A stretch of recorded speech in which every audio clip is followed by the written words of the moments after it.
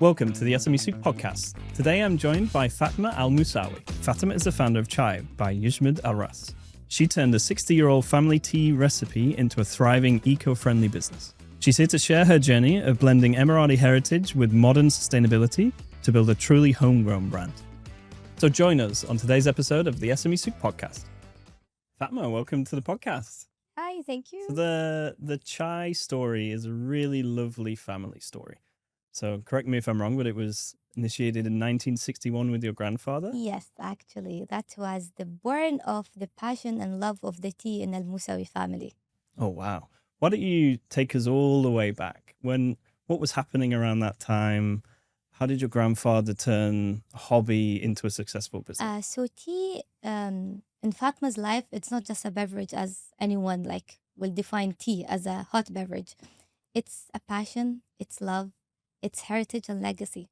So my grandfather used to mix different kinds of tea from different countries, and that was a hobby. He's not used to drink like a single blend of tea, and he used to travel a lot. So whenever he travels to a place, he buys the tea, Oh, wow. and then he mix it all together. And that hobby transformed from my grandfather to my uncles and father. And from generation to generation, like me and my siblings and my cousins, uh, we come and enjoy the tea time more than candy time. Oh, yeah? So I was a kind of a kid that you will grab me with a cup of tea, not with that chips or like chocolate. Wow. So Fatma, come, there's tea, I'll come. So I was born in this family, and my father used to have a quality time every day afternoon after having lunch to sit with all of us and just talk and have a chat what you did in your university or school or at work. So that quality time we had with our father was always combined with tea, and we always remember our father with this tea time. Oh, it's lovely memories. So, and my father had the same memory with his father. So the same memory was transformed from generations. And unfortunately, in 2015, my father passed away, and I had to do that ritual by myself. Hmm. And whenever I have my lunch and sit after lunch with my siblings, and I was alone, and my father was not there, I always feel sad here at that time. I miss my dad. I miss out all of this rituals and feelings and connection we had with our father. And then after 1 month of my father passing away, the stock of the tea was finished. Oh, wow. And then we need to restock again. I was that sibling that goes with my father to the shops and buy the tea. So I know the secret of the ingredient. And whenever he mixes, I was watching and observing how he chooses the tea, and how he differentiates the quality of the tea. So I was among of my 6 siblings. I'm the youngest. Mm. So I was the one that I know the secret recipe of my father's and grandfather's blend. It's a 9 tea blend. 9 if I'm kinds not of tea correct. from Wow. different countries. So after 1 month, when we didn't have a stock, I went to the same shops. I buy the tea. I came back home. I did the blend with my hand as I used to do it with my father. Hmm. And it was the hardest step and part of Fatma's journey, because I usually do this blend with my father, and now I'm alone. And I was stirring and mixing, but I was feeling deep inside like I'm doing something that my father is proud of. Within few months later, all the visitors that come to our home, my friends, they always say the tea we drink in your home is different. Hmm. And why don't you do a business in it? I was like, no, it's something reminds me of my father, and it's a family thing. But one day, I was at university, and I wanted to drink tea, and I didn't got my tea from home. I usually, when I go to university, I take my flask with me, As you do here. as I do here. So that day, I missed my flask, and I didn't find any good tea that sets my mood. Hmm. So I was thinking, why don't I do a business?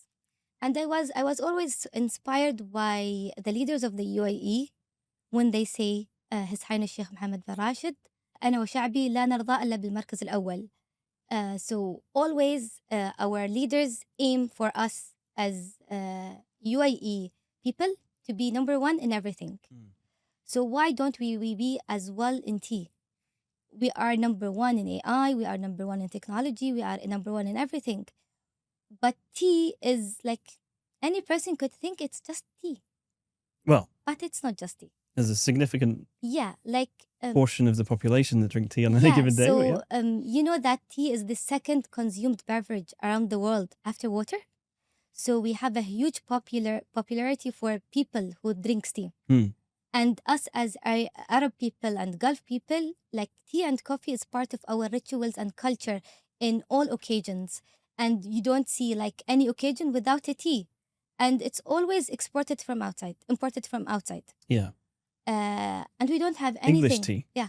And we don't have anything like that represents us. Coffee, like as an Arabic coffee or the specialty coffee, was improved a lot in the last 10 years.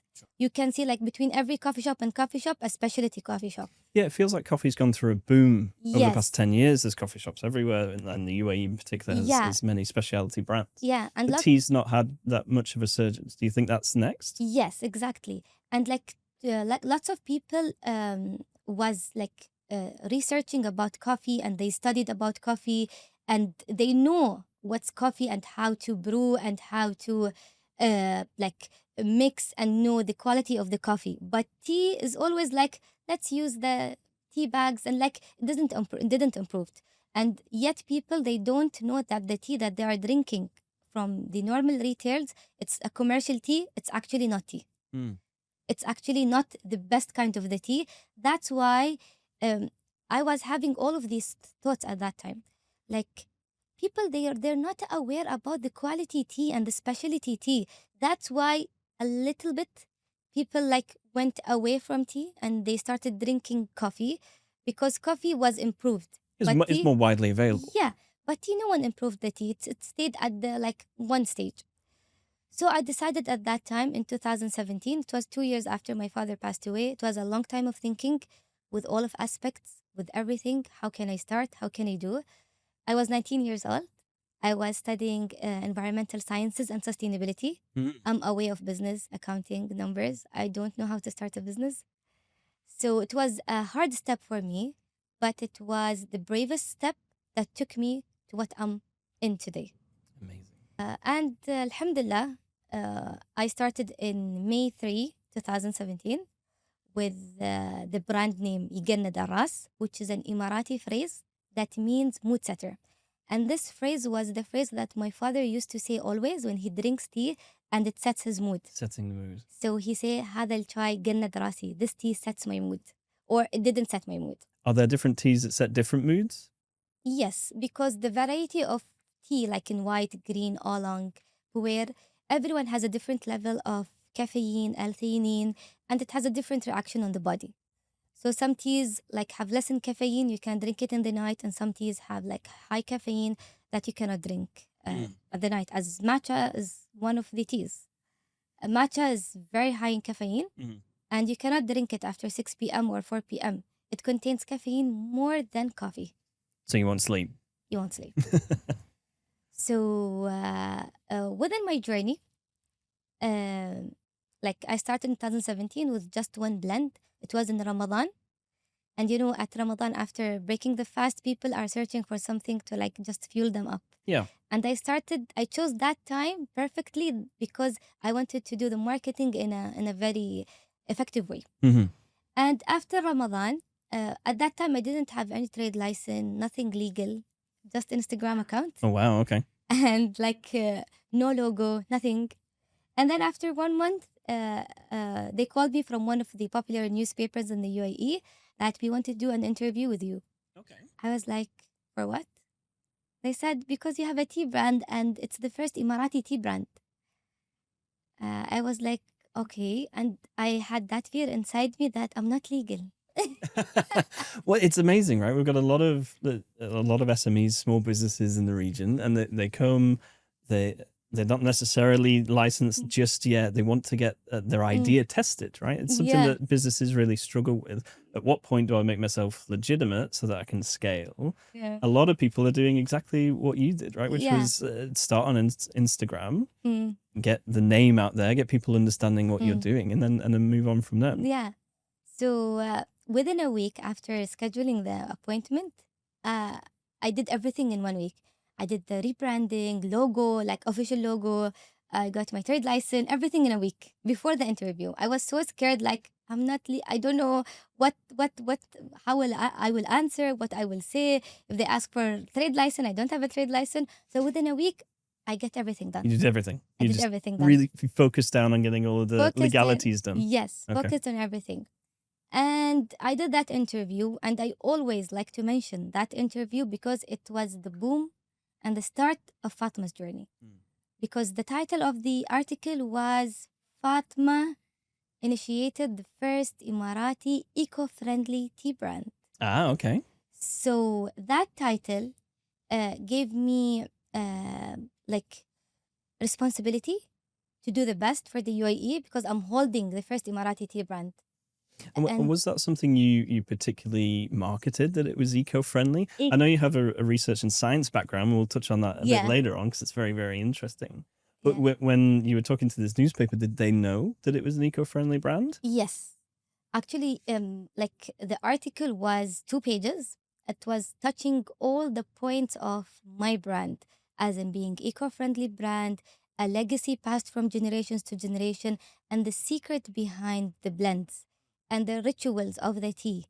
So it touched all of the parts, and that's why it was like marketed under the title of the first Emirati eco-friendly tea brand. Wow, okay. That's amazing. And what happened next? And after that interview, I got another TV interview and another articles, and the responsibility became way heavier on me to do always the best. And I always say that it's a responsibility because I'm not just holding, I'm not just selling tea. I'm selling a story. Of course. And the best brands do, right? Yeah. When it comes to a marketing perspective, I think we had a discussion before we started, right, on telling individuals' stories, telling the story of the company. And, you know, we're humans, right? We're natural storytellers. I think if you're trying to sell something, I think it's really important to start from the beginning, where it came from, what are the advantages, all that kind of stuff comes not naturally, but, you know, I think it's a really powerful way to sell the brand. Yes, definitely. That's so true because like throughout the 8 years we since we started the tea brand, always when customers come back to us and we meet customers at events, they always remember my story. They don't remember the name of the blend, but they remember that this blend goes to my father or my uncle. Yeah. So always people remember the story. That's beautiful. So whenever I market for my brand, I take in consideration of my father, grandfather, family name, my story. And like whenever someone gives any comment, I feel the comment, it's not on the product, it's on me or on my father. So because like it's a family legacy. And we've had people on the podcast talking about marketing and individual brand, but the thing that sort of rings true across all of them is authenticity. And if you've got a story that comes from the heart and it comes from a family perspective, it's easily repeatable, it's true, it's authentic, and people connect to that. Exactly.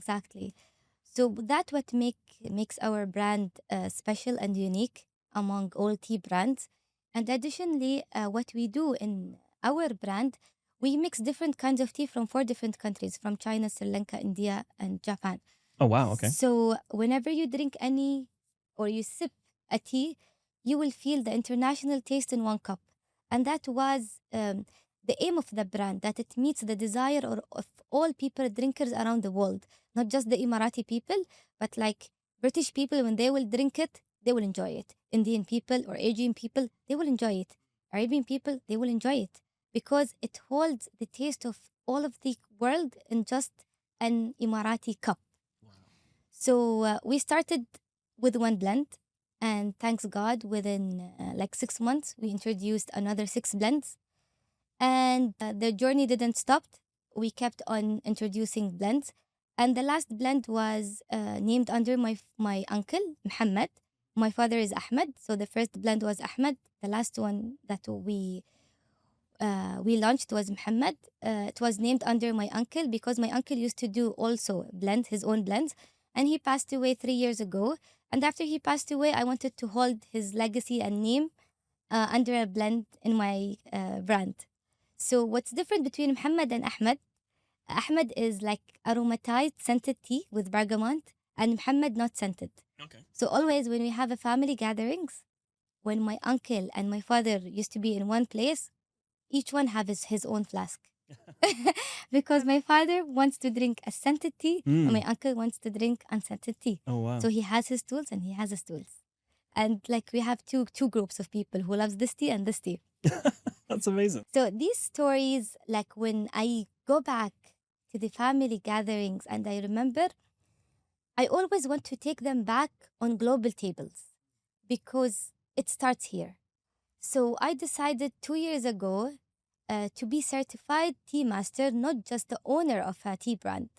So I went to the US. I joined the ITMA, International Tea Masters Association, and I got my certification as the first Emirati tea master. Wow, congratulations. Thank you so much. So in this certification, I was been taught on the history of the tea, the born of the tea, the implantation, plucking, all stages of the tea, and all kinds of the tea. And throughout this journey, I tried more than 700 kinds of tea, and I evaluated them as well. Like most of the people, they say there's black tea, green tea, white tea.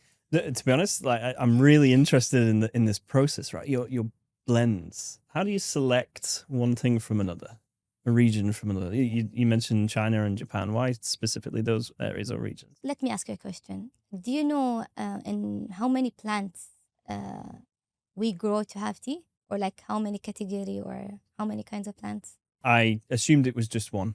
Okay, right. You're right. You're Okay. right. You're right. Is that Yeah, correct? yeah. Okay. It's only one plant. It's Camellia sinensis. It was like the first founded in China, and they kept it for thousands of years, and then it went to Japan, and then to India and Sri Lanka. Okay. So it stayed for a long time in China, and they felt that it's one of the precious luxury herbs that they don't want to take out because like only the high level people used to drink tea. So it's like a protected export. It's protected one. And then each kind of tea, like the same plant, what differentiates the kind, the taste is the place of the implantation, the altitude, and then the season of plucking. And after plucking, the leaves are the same, but the way they produce the tea, as the drying, weathering, oxidization, and oxidization level, which differentiate kinds of the tea. So white tea is never oxidized. Green tea is partially oxidized, and black tea is fully oxidized. Oolong is something in between. He's trying to be green tea and he's trying to be black tea. So he's something somewhere in between. Fascinating. So yeah, so the oxidization level, which differentiate the kind of the tea. And then we have another step, which is called aromatization. The flavor teas, as like Earl Grey tea, it's actually black tea, but aromatized with bergamot oil. So before drying the tea leaves, we add the bergamot oil and then we dry it so it becomes with this taste. And some other teas, we add the flavors too. As one of the teas we have the spice cardamom in. We are not putting the cardamom in the blend. We just placed the wet tea leaves and the cardamom, a wet cardamom in the same place, closed place, and the tea had the smell of the cardamom. Wow. So it has the smell, but it's like just the tea. So aromatization and adding flavors to the tea, it's different in every world, in every place in the world.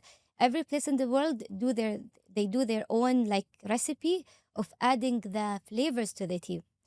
So do you buy the tea like wholesale from those regions? You bring it here for testing, you try different blends. What does that process look like? So at first my father used to do this. He used to buy the tea and then he taste and he see. And do you go to those locations? You travel around the world? Yes. That sounds like an awesome job. But when I started my business, I went to a more advanced level.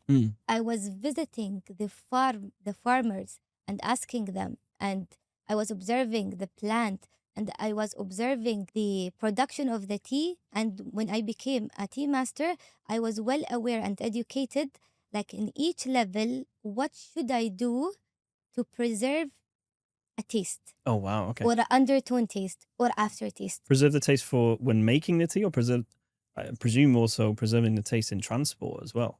In everything, actually, because the season or the week you pluck the tea, you are preserving a taste. There is one kind of the tea, it's called Jasmine Dragon Pearls. We just launched it in our brand.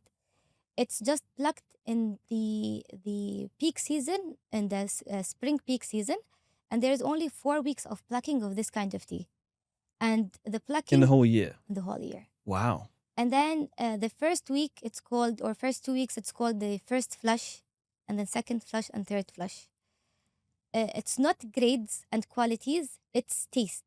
So the first flush, it's usually have a more floral or mild taste, very slight or not mild. I can say like a soft notes. Mm. The middle one, the second, it has this the mild, the one that's more like more likely people like. It's not light, it's not dark, it's like something in between. Okay. And the third flush is the most intense flavor. So the week and the day that you will pluck the tea, it makes the difference when you will drink the tea, like after 6, 7 weeks, 7 months, or 1 year after it reached to your home. So we study all of this. Like people, they assume like you didn't prepare the tea in a good way, or you didn't put the quantities of the tea. That's why it tastes not good. But when it comes to tea masters, we assume the transportation, we assume the plucking, we assume the production. So tea is very sensitive, and you should take care of all of the stages. All of the stages happens in the right time. And some of the teas, they should be plucked like as baby leaves only. And like they're no more like older than 6 or 8 weeks. So the farmer should observe the plant. Oh, wow. And then he plucks only the baby leaves. And then some of the teas are hand harvested and handmade from implantation until the packaging, which we do. In our brand, it's handmade since the first minute. So this is a highly complex system, from the farmers to the export to getting it packaged, getting that taste sealed, and then getting it to the factory where it can be blended and it can be out to a consumer. Yeah. In 2017, when you took over the company and started to really scale it, how did you find, you know, understanding that system? Did you have any problems or challenges when you went through that growth period? And like, are there any tips that we can give our listeners on when you're going from that sort of really growth period of figuring out what you want to do into mass scale? What types of things should they be aware of? So what I can say that 2017, 2018 was the years of challenge. It was all challenges from business side, accounting, dealing with money, because I didn't have the knowledge of dealing with money and Okay. arranging everything. And Access to financing is a critical thing for Yes. businesses. And I was doing my senior year in the university. I was young still. And the second aspect, the knowledge of the tea. What I was taught from my dad is that only about black tea. I wasn't introduced to any other kind of tea when my father was alive, because his favorite was black. And my father is a diplomatic person. He's not with agriculture, he's not with tea, he's not with business. So he had been taught from his father about this blend, and he passed on the same thing. And I only had the passion and knowledge of tasting the good quality of the tea and understanding the taste and difference in variety of the same category of the tea, as black tea has more than thousands of kind of black tea. So the thing that I was taught and like well aware about is to differentiate the difference of taste of black tea and how to put which with which. But I haven't been taught about the oolong, green, white implantation. My father wasn't like aware about these steps. He is like just passionate about the tea as a final product after after production, after it's being packed. But what happens before packing? Like for me, tea is not just I'm buying tea. I'm buying the efforts of thousands of farmers who Yes. planted the tea, took care of the plantation, plucked the tea leaf by leaf by their hand, and then which goes 6 steps to reach to the final level of the dry tea leaves. Each step, thousands of farmers and people just worked on. So this journey took me like the full first 2 years to understand. And did you bring people in to help you figure out the business side, the financial side? You know, how did you approach that problem? So at the beginning, I was alone, but my family helped me a lot. My mother, my siblings, my 4 brothers. I give them a big thanks. They helped me because I'm the youngest. So each one helped me with his field, engineering field, finance field. Oh wow, okay. Photography. High performing family. Yes. So each sibling helped me in different aspect, and I was taking some workshops, trainings with governmental sectors, private sectors, so I be well trained in all of these things. But specifically in blending and tea, I couldn't find my perfect pair until today. So the passion that I hold and love for the tea and patience, actually, it's lots of patience. I think the best founders come from that kind of background, right? You're obviously the thorough expert of tea, that blends, that tastes, that smells, how to bring that product to life, and then building an ecosystem around them so that you can get that product in front of customers. Yeah. And I think it's something that I would guide businesses to take into consideration. If you're not passionate about your product, it's very hard for somebody else to get excited about it too. Yes. You have the opposite. Yeah. Your complete passion is tea. Yeah. So it sells itself. Yeah. So the takeaway message, you said, what's the advice that I can give? So the first step is the hardest, but it's the bravest, and it will take you to your dreams. And the second piece of advice, if you're not passionate about something, just don't do it. Just find your passion, find yourself, because that will guide you and you will never give up. Like the first 2 years, I didn't gain any profit the first 2 years. Any person that is not passionate about what he's doing, he will give up, he will change his way. But if you are passionate about what you are doing, you will have the patience to wait and to cook everything slowly so you can reach to your goals in the perfect time. Amazing. How have you applied that into your business today? Yeah. So that was the first research. And then I got patent on that research. Oh, wow. Congratulations. Thank you so much. And I decided to do a cycle or a chain that's called tea power chain. And every 2-3 years, I implement a new research. So I graduated already from university, but still this project is going with me, and there's another project coming beside that project. And this tea power chain is responsible to recycle tea waste into different matters. The first matter was water purification. The second matter was natural compost, so which everyone can do in their home. After drinking the tea, you can just take the tea leaves, wash them, bury them under your plants, and it will transform into a natural compost in few weeks. Oh, wow. And another thing, we just advise our customers to do this. So from our side, we give the awareness and knowledge that as an end user, after you drink the tea, just put it there, so the full cycle will close with zero waste.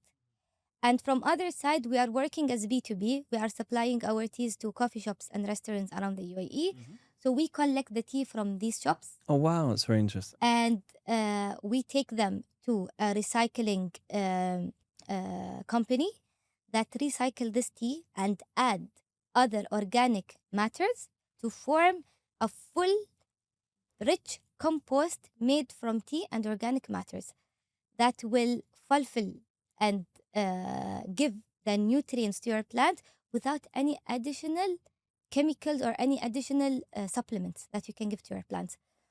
So this is a bioproduct that went from a waste, from a product that was useless, and it was costing nothing. If I put these teas in the landfill, it costs nothing, and it harmed the environment. I took it from that place and I regenerated the waste into another product that I'm selling it. Wow. So this is the other aspect of sustainability. And the third one was for kids. Mm-hmm. doing natural ink from tea. So we are having waste from the tea leaves. But also sometimes you make a flask, but you don't drink it all. So, and there's leftovers of the liquid or the liquor of the tea. We take this and we make from it ink that's baby safe. Where did the idea come to make ink from it? So the idea came when I was the first time doing my coasters, customized coasters of the tea, and I always ask all my suppliers to provide me with eco-friendly products. So that supplier said, I did the engraving with the logo, but I have to paint it so it shows. The wood was recyclable, but the paint is not recyclable. Oh wow, okay. I was like, So you're laser focused on everything that's and not I recyclable. was like, no, I don't want ink made from chemicals. I just want to like color the name of the logo with something eco-friendly. And then it came to my mind to make the ink from the tea itself. Of course. Is your default mindset is everything can be done Yeah. with tea. So whenever you're passionate about, these ideas come to your mind. And as well in my senior project, most of the students, like before the submission date, 1 week before, 2 weeks before, they're like struggling, suffering, sleepless night, because we are doing a research and everything is based on numbers we will get from experiments we are doing. And we cannot like do anything. It's not like an equation that you will do on paper. It's experiment that you should wait weeks or months to reach to a result, and then a machine reads the numbers. And if the numbers are not the numbers you want, you should repeat all this again. And you should be patient. So my research was on three heavy metals, and with 7 different concentrations, and 2 different locations, and another sample. It was controlled one. I did it in the lab. So I did the concentration in the lab. I know the amount of all contaminants on the water. So it was like 3 samples, and it took me like 6 months to finish this, and I didn't finish it on the deadline. And they extended for me like for a week to finish. So it needs patience. So most of the students were suffering and like, we are not getting the numbers. And for me, it was more tougher because I'm doing something very new. Yeah. And if I fail, it's a big failure. It's a really big failure. So your third passion from my research is the work that you do with the Emirati Youth Council for Entrepreneurship. Can you talk to us a bit more about that? Yeah. So one of my passions in this world is to create the impact. And I did create my impact through my business. And I wanted to expand this impact. So I was selected by the Federal Youth Authority to be a member of the Emirati Council for Entrepreneurship. We are 15 members in this council. Our aim is to raise the awareness of the importance of entrepreneurship and how to sustain being a successful entrepreneur. So throughout this council, we give talks, workshops. We connect people to each other because business is about of connection. And without having connection, you are not a successful entrepreneur. So throughout this council, I was being selected to be one of the role models entrepreneurs in the UAE that shapes the global and the economy of the UAE of the future. And I'm so proud to be selected and to work with the UAE citizens, not just as Emirati youth, to introduce how entrepreneurship can be merged in sustainability and passion. Amazing. That's a really, I find this sense of bringing people into a community, something that's really critical for businesses as well as entrepreneurs.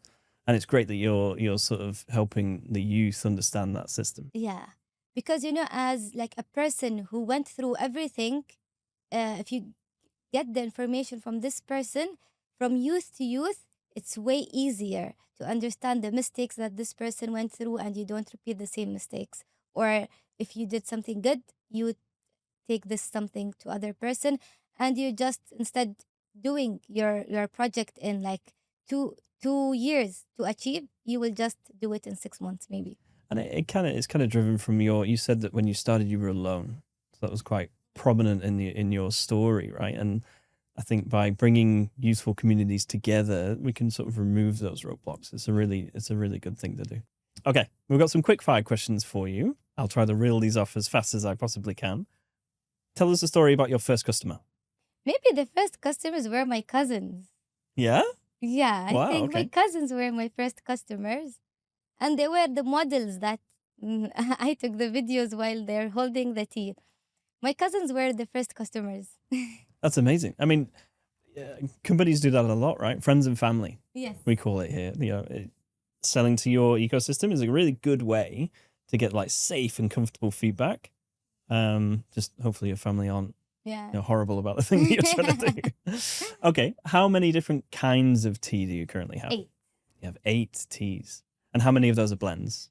All of them are blends. We don't provide like a single kind of tea. We are like artisanal tea specialty blends brand. So everything is like you will not find it anywhere except us. That's the uniqueness of our brand. Like you can find Earl Grey, Darjeeling, English breakfast everywhere, but you cannot find everywhere Ahmed blend. Okay. You cannot find the saffron tea blend that we do. So all of our teas are blends, and you will not find them anywhere because they're a mixture of different countries, and none of the brands in the world they mix different countries together. Some of the countries they mix the same country or same origin kind of tea, but no one mixes origins together. So we don't do single, because if we do single tea, we're not unique than other brands. That's great. What is the tea that gets you up in the morning? What is the tea that you make when you first wake up? So when I first wake up, I don't drink like tea by itself. I drink a tea with milk, but not the usual karak one, the one all people drink. I do it with fresh milk to be more healthier, and because milk has some iron and heavy metals and minerals, and if I put the tea with the milk, then it will take all the minerals, and I'm just destroying everything. So what I do to drink it in a more healthier way, I just boil the milk and put the tea the last 2 minutes, and then I just remove it. That's great advice for all of our listeners that want to know how to make the perfect cup of tea. Yeah. And we are having specifically a blend for this. We are calling it karak blend, but it doesn't have milk. It's a raw tea, but it's one of the strongest kinds of tea, because maybe one of the like people are listening to us today. They will say when we put the tea, it will not have that aromatization or the strong aroma. But what the answer is, if the tea is quality, if the tea is made specifically for this purpose, it will do the job. Wow. And then final question, if you visions into the future, where would you want to see your product outside of the UAE? If you were walking in Oxford Street in London, perhaps, or you were in New York, where would be the place where you saw your product and you'd be most proud? One of my dreams was before to place my tea in Harrods. Oh, wow. And I'm still working on this goal. And the other side, I see my tea served in a high-end places in a very luxury way, because recently tea is placed like it's tea. It's not coffee. No. It's do you get mad when you see the menus and you want it? Yeah. You want it to come above and tea? then like by the end of the book, they just have 2-3 teas and they put it down in the corner. I don't see it in this place. And throughout my journey, I have served the tea in one of the most high-end events, the annual meeting for the government. I served the tea for His Highness Sheikh Mohammed bin Rashid, His Highness Sheikh Mansour bin Zayed. So I see myself giving the tea in these events and to this level of people. Amazing. I think there's a strong story in that. Yeah. Being bold, trying something new and not having the expectation that it's going to be easy, right? I think a lot of small businesses, they have this dream and this passion, and then they jump into it and they hit a couple of hurdles, and then they give up too quickly from what we see. I think your passion is absolutely, it's inspiring. This story from the family into the tea business, into your drive for sustainability and environmentalism. I think I'd like to ask you about the future, if you don't mind. What what three things do you think are going to happen in the tea industry in the UAE? What things are gonna impact the area that you're looking into from a sustainability, from a manufacturing perspective, and what guidance can we give to small businesses that are looking to follow in your footsteps? So I see the future in building a brand that is built on a sustainable heritage um legacy carried from generation to generation, a brand that was built based on passion, that will not easily break, that holds the passion of the owner and founder. Uh, I see myself that the Emirati tea is going to global cups, Oh yeah, global tables outside the UAE. is that Uh, something you're looking at now? yes, we are now expanding our business in the GCC. Mm. As like English tea and some teas that are put in some of the shelves, in the international shelves of the tea, I see the Emirati tea there that was built on story. It's a story, it's a heritage, it's sustainability, it's a commitment to the future generations. We are not harming the environment, we are setting the mood of the people and saving the planet for future generations and saving the water as well. That's a great drive Yeah. and a great goal. Yeah, and the second thing that I can say, advice to everyone, maybe I wasn't grown up and dreaming to be an entrepreneur. I was growing up and seeing my father mixing tea. I was growing up and thinking that I want to increase my hours of volunteering.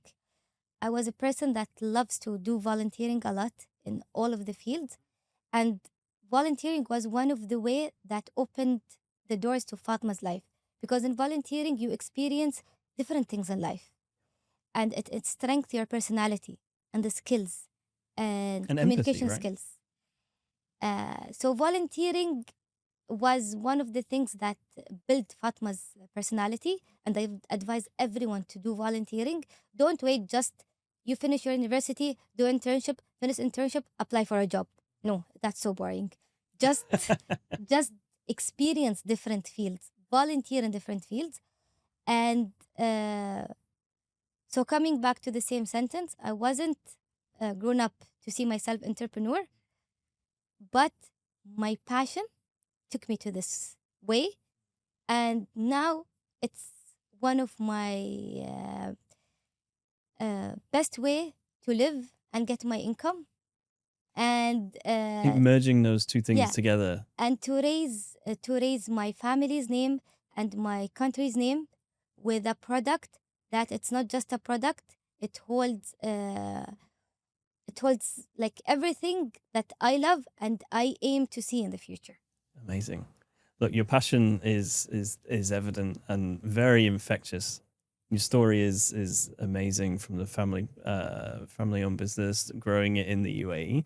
Thank you so much for coming and sharing it with us. All thanks goes to you, and I enjoyed this talk. Thank you.